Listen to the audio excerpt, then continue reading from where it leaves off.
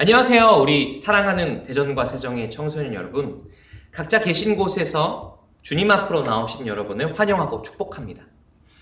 오늘 저희가 읽어볼 말씀은 이사야서 40장 1에서 3절이고요. 오늘 말씀의 제목은 가장 큰 위로 하나님이 여기 계시다입니다. 우리 여러분 있는 자리에서 이제 자막으로 말씀이 나갈 테니까 소리를 내어서 우리 말씀을 함께 읽어보겠습니다.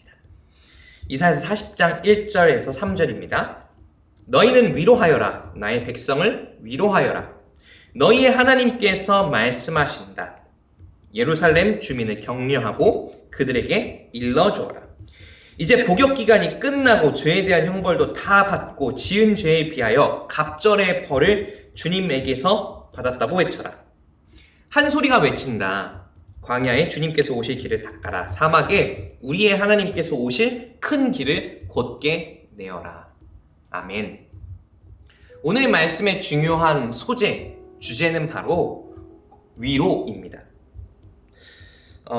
제가 위로에 대해서 말씀을 준비하다가 인터넷에서 위로와 관련된 조금 씁쓸한 신문기사 하나를 찾아냈어요.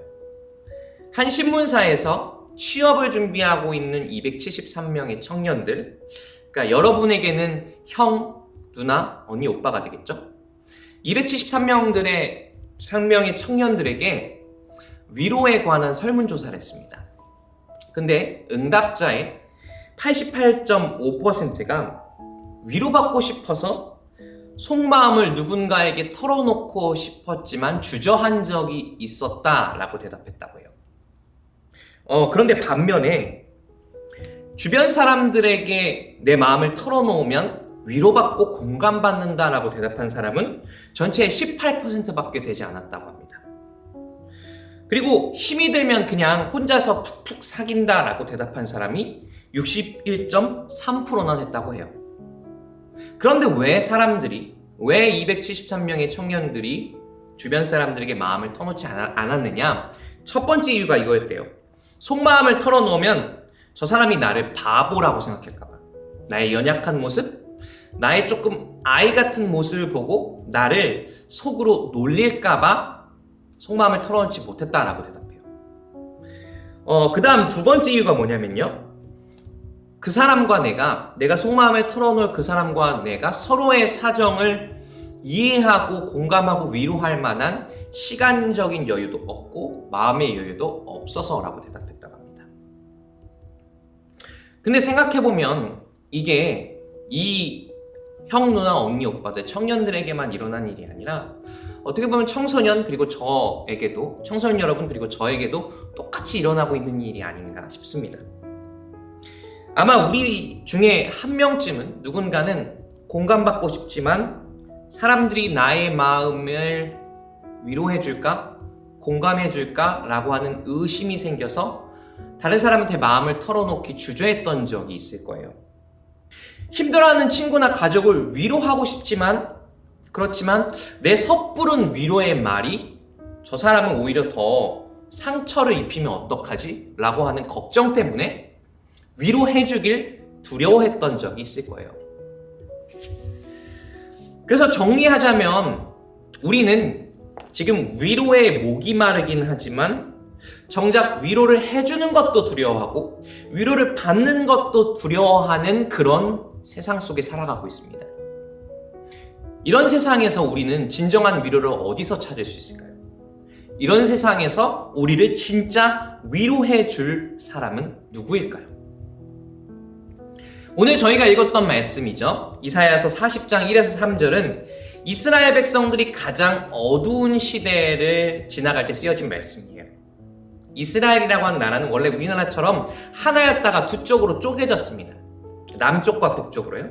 근데 남쪽 나라를 뭐라고 부르냐면 남유다라고 불러요. 이 남유다는 기원전 586년에 바빌로니아라고 하는 엄청나게 큰 제국에 의해서 멸망당합니다. 근데 바빌로니아는요, 이 남유다의 정부만, 그러니까 남유다의 왕이 있고 신하들이 있는 이 시스템만 무너뜨린 것이 아니라 남유다라고 하는 나라를 거의 빈 깡통으로 만들어버립니다. 이게 열왕기 하 25장 보면 이제 자세하게 나와 있는데요. 24장, 25장에 먼저 어떤 짓을 했냐면 바빌로니아 사람들이 남유다의 과학기술 발전을 이끌던 대장장이와 기술자들 이런 사람들을 굉장히 숙련된 하이테크 노동자들을 다 자기 나라의 노예로 끌고 갑니다. 그 다음에 예루살렘 성에 살던 주민들 대부분을 다 노예로 끌고 가는데요. 포로로 끌고 가는데요.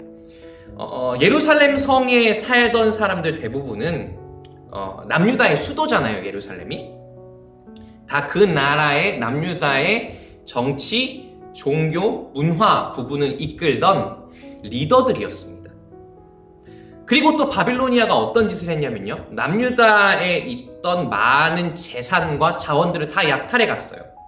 그러니까 남유다 사람들은 다시 나라를 세우고 싶어도 세울 사람도 없고 세울 돈도 없는 그런 상황에 처하게 된 겁니다. 왜 그렇잖아요, 여러분. 인간은, 우리 사람은 어려운 상황이 닥쳐와도 그 상황을 이겨낼 만한 가능성이 단 요만큼이라도 남아있으면 우리는 그 상황 속에서 희망을 찾아요. 그런데 남유다의 백성들은, 포로로 끌려온, 노예로 끌려온 백성들은 지금 다시 나라를 세울 수 있는 가능성을 단 이만큼도 찾을 수 없는 상황이었습니다. 그들은 완전히 절망해버렸습니다. 이런 깊은 절망 속에서 남유다 백성들이 할 수 있는 일은 뭐였을까요? 시편 137편을 읽어보면 이제 나오는데, 제가 시편 137편 1절만 읽어드릴게요. 우리가 바빌론의 강변 곳곳에 앉아서 시온을 생각하면서, 시온은 여기서 예루살렘을 얘기합니다. 시온을 생각하면서 울었다. 남유다 백성들은 자신들의 이 희망 없는 상황, 노예에 끌려왔고 나라는 망했고 이제 나라는 완전히 빈 깡통이 돼버린 그 상황을 슬퍼하면서 그냥 하루 종일 울었습니다. 그 누구도 깊은 절망에 빠져있는 남유다 백성들을 위로할 수 있는 사람이 없는 것처럼 보였어요. 그 누구도 아마 남유다 백성들을 위로할 만한 용기를 낼 수가 없었을 겁니다. 왜요? 너무 깊은 절망과 슬픔에 빠져 있으니까. 그런데 그때 그 누구도 남유다 백성을 위로할 수 없는 것 같은 그 순간에 이사야 선지자를 통해서 하나님의 말씀이 임합니다. 제가 이사야 40장 1절 2절 말씀을 읽어드릴게요. 너희 하나님이 이르시되 너희는 위로하라, 내 백성을 위로하라. 너희는 예루살렘의 마음에 닿도록 말하여 그것에게 외치라. 그 노역의 때가 끝났고 그 죄악이 사함을 받았느니라. 여기까지 읽겠습니다. 하나님께서는요, 그 누구도 위로할 수 없는 남유다의 백성들을 향해서 내가 너희를 위로하고 싶다. 이사야 선지자에게 저 사람들을 위로하라라고 하는 명령을 주십니다. 우리랑 다르게 아까 그랬죠. 우리는 저 사람을 내가 위로할 수 있을까? 주저하고 두려워한다고. 그렇지만 하나님께서는 그런 주저함과 두려움 없이 우리를 위로하길 원하십니다. 우리가 아무리 깊은 절망과 슬픔과 아픔 속에 빠져 있어도 하나님께서는 항상 우리를 위로하기 원하십니다. 자, 그런데요. 제가 보기엔, 제 생각엔 이 이사야를 통해서 전해진 하나님의 말씀이 이스라엘 남유다 백성들에게 굉장히 큰 위로가 되었을 것 같은데요.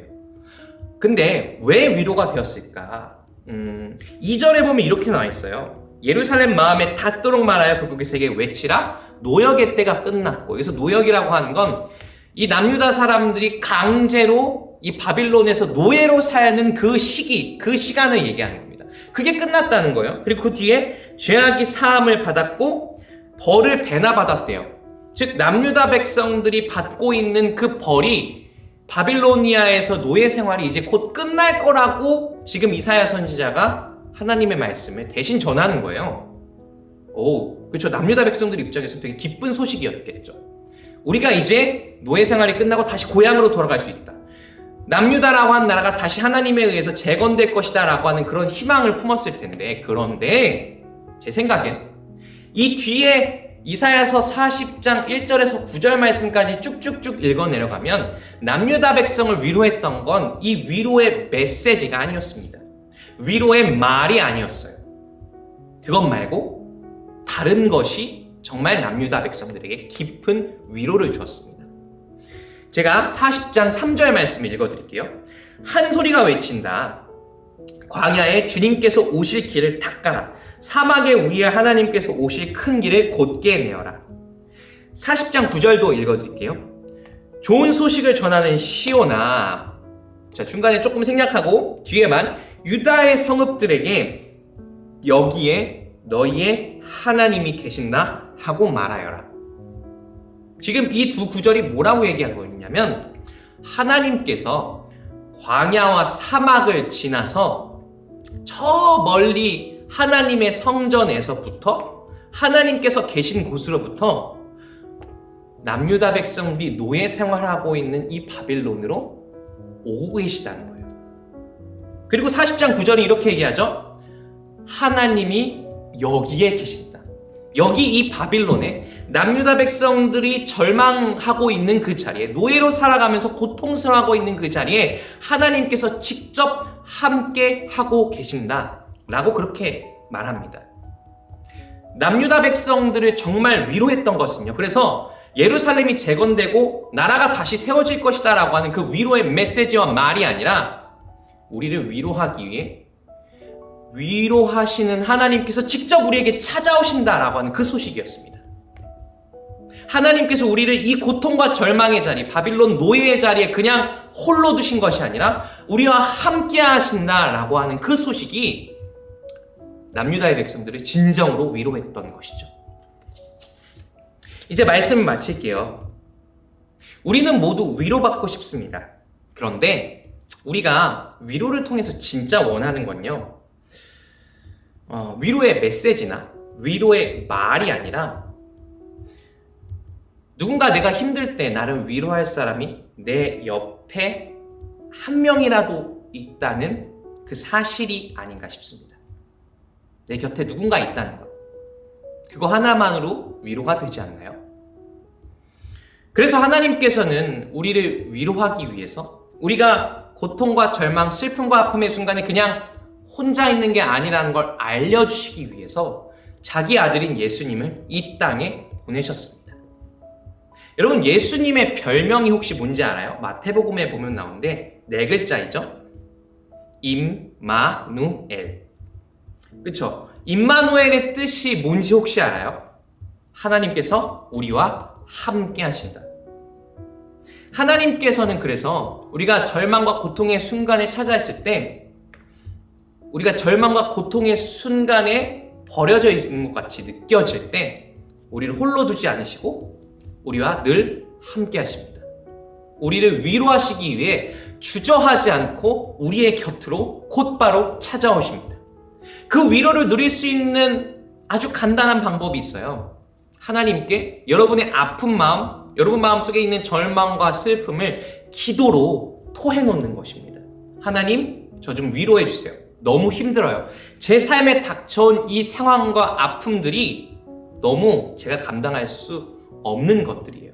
저 좀 도와주세요.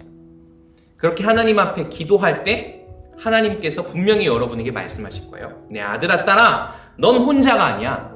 너와 함께하기 위해, 너를 위로하기 위해 내가 지금 내 곁에 있어. 우리가 누릴 수 있는 가장 큰 위로는 뭡니까? 그래서 하나님이 여기에 나와 함께 계신다라고 하는 그 사실입니다. 하나님과 함께 세상이 줄 수 없는 위로, 그 누구도 줄 수 없는 위로를 누리는 여러분 되길 축복합니다.